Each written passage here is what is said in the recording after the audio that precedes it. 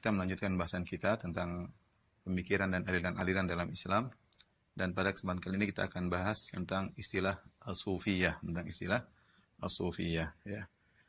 Kenapa kita perlu mempelajari tentang istilah sufiyah? Karena as-sufiyah ya bisa dipahami dengan pemahaman yang benar dan juga bisa dipahami dengan pemahaman yang keliru ya. Sehingga sebagian orang menjadikan akidah yang menyimpang atau pemahaman yang menyimpang atau ritual ibadah yang menyimpang di balik nama sufiyah. Mereka berlindung di balik nama sufiyah seakan-akan kalau sudah dikasih label sufiyah berarti itu adalah suatu perkataan yang atau suatu akidah yang benar ya, atau suatu kegiatan yang benar. Padahal kita dapati banyak ulama yang mengingatkan tentang pemikiran sufiyah yang menyimpang dari penyimpangan yang kecil sampai penyimpangan yang besar ya, seperti mengantarkan kepada akidah wahdatul wujud yang seperti yang dipelopori oleh atau digembar-gembarkan oleh Ibnu Arabi, demikian juga akidatul fana yang dipelopori oleh Abu Yazid Al-Bustami, kemudian juga Al-Ittihad ya, seperti yang dipelopori oleh Al-Hallaj ya, dan Sahrawardi dan yang lainnya ya. Bahkan di antara mereka ada yang dikafirkan oleh para ulama seperti Ibnu Arabi, dan bahkan di antara mereka ada yang divonis untuk dibunuh seperti Al-Hallaj ya. Para ulama di zamannya memvonis untuk membunuhnya karena pemikirannya yang zindiq ya. Ini menunjukkan bahwasanya ada sebagian pemikiran-pemikiran sufi yang berbahaya ya, dan semuanya berada di balik label sufiyah ya. Oleh karenanya kita perlu untuk mengenal apa itu sufiyah, bagaimana perkembangannya, mana yang bisa dimaknakan dengan makna yang baik dan mana yang bisa dimaknakan dengan makna yang buruk ya. Di antara buku yang bagus yang bahas tentang sufiyah ada dua. Buku yang pertama yang saya anjurkan kepada para penuntut ilmu untuk membacanya adalah disertasi yang ditulis oleh Kiai Haji Said Agil Siraj yang judulnya Silatullah bil Kaun atau Silatul Kaun billah fi tasawuf al-falsafi dirasatan wa naqdan, yaitu tentang hubungan Allah dengan alam semesta dalam perspektif pandangan tasawuf falsafah, tasawuf filsafat ya, dirasah, yaitu mempelajarinya, dan juga naqdan, kritikan terhadap pemikiran ini. Ini adalah disertasi yang sangat baik ya menurut saya sudah baca juga ya, Masya Allah, buku yang sangat bagus yang ditulis oleh Kiai Haji Said Agil Siraj tentang tasawuf falsafi ya, bagaimana keterkaitan sufiyah dengan filsafat Yunani dan yang lain. Demikian juga buku yang lain yang tulis baru-baru saja oleh Profesor Dr. Lutfullah bin Mulla Abdul Azim Khawjah ya, judulnya Ta'rif Tasawuf Dirasatan Wasfiyah ya. Ta'rif Tasawuf Dirasatan Wasfiyah. Ini buku juga komprehensif. Dia memandang sufiyah dari segala sisi. Adapun Kiai Haji Said Agil Siraj, beliau memandang dari sisi sufiyah falsafiyah, sufi yang ahli filsafat, yang terpengaruh dengan filsafat. Tapi kita akan mukaddimah terlebih dahulu. Saya ulangi poin-poin yang tadi saya sampaikan ya. Mukaddimah ya, pentingnya caranya ikhwan, kenapa kita harus belajar ya, karena ada salah paham tentang sufiyah. Sufiyah semuanya dimaknai dengan konotasi ya. Padahal ada juga yang dibawakan kepada makna yang baik sebagaimana dijelaskan oleh Ibnu Taimiyah rahimahullah dalam Majmu' Fatawa ya, jilid 11 ya. Halaman 18 saya baru buka tadi ya. Kemudian banyaknya penyimpangan-penyimpangan dalam sufiyah ya. Baik dari sisi ibadah yang diingatkan oleh para ulama, seperti misalnya ibadah yang disertai tarian-tarian, musik-musik dan semisalnya. yang ini diingatkan oleh Imam Syafi'i, ya. Beliau meninggalkan Baghdad, di antaranya ada suatu istilahnya takbir. Takbir, ya, karena takbir itu kegiatan sufi, ya, di mana mereka berzikir dengan nyanyian dan lain-lainnya, ya. Imam Syafi'i tidak suka dengan hal tersebut. Kemudian dari sisi akidah, misalnya sebagian pemahaman sufiyah, tidak semuanya, sebagian pemahaman sufiyah, terutama yang falsafi, mengantarkan kepada kekufuran, seperti akidah al-ittihadiyah. Nanti apa bedanya? Wahdatul wujud, ya, dan yang semisalnya.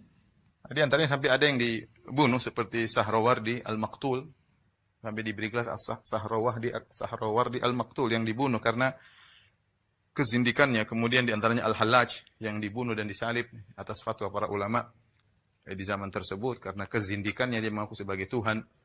Seperti Ibnu Arabi dalam bukunya banyak, Futuhat Makkiyah, dan juga dalam kitabnya Fusul Hikam, yang mengatakan Fir'aun, perkataan Fir'aun, ana rabbukumul a'la, aku adalah Tuhan kalian maha tinggi, adalah perkataan yang benar, bahwa Fir'aun masuk surga.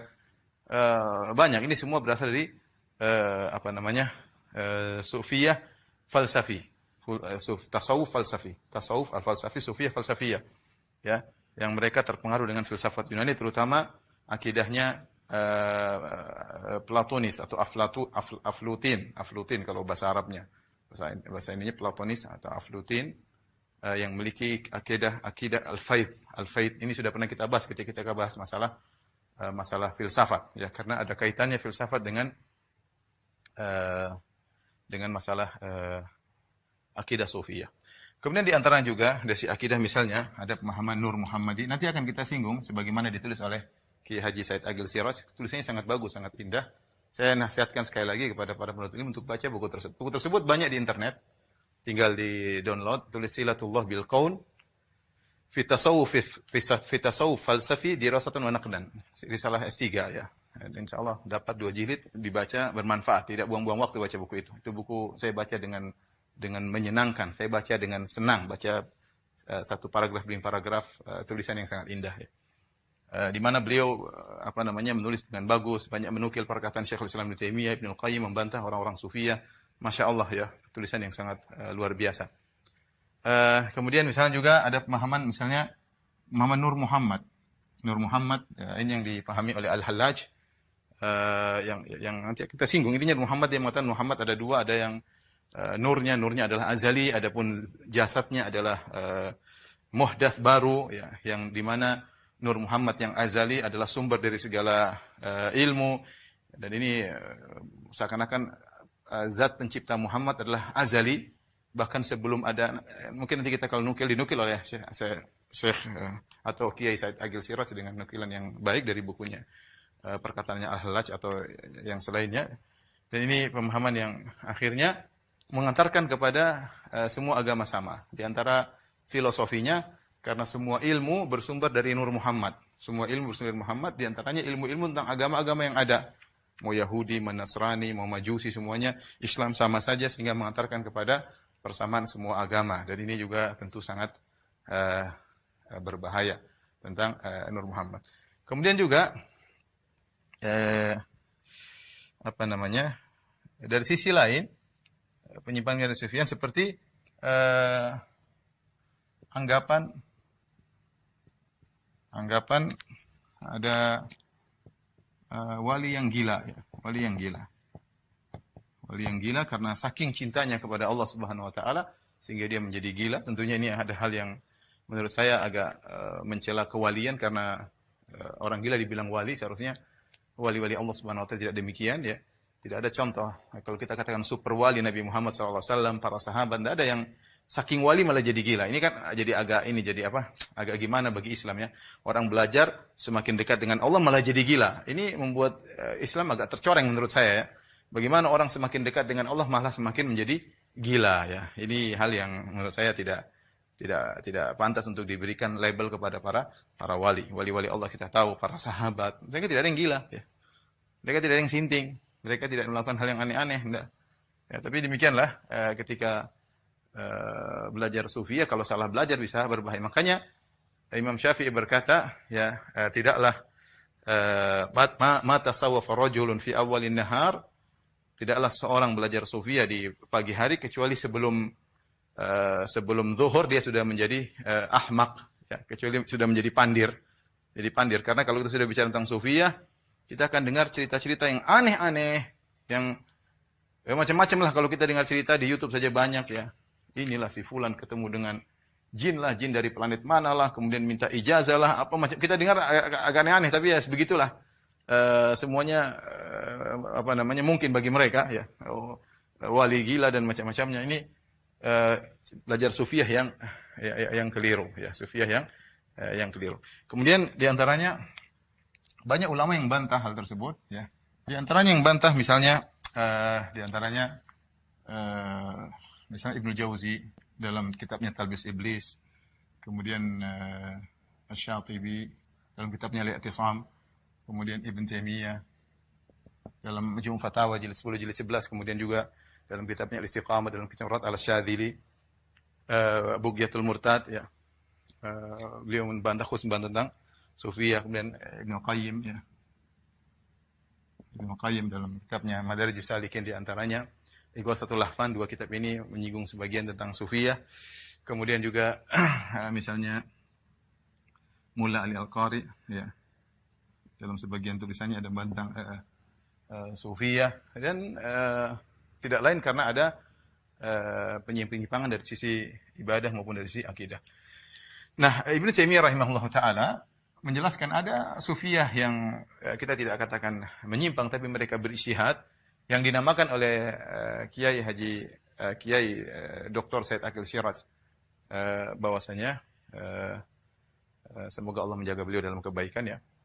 Bahwasanya sufiyah terbagi menjadi dua, ada sufiyah atau tasawuf falsafi dan tasawuf ilmi, ya. Kata Dr. Aqil Siraj bahwasanya tasawuf terbagi menjadi dua. Ada yang disebut dengan tasawuf al-ilmi atau amali, atau nanti kita cek lagi, ya. Tasawuf al-falsafi.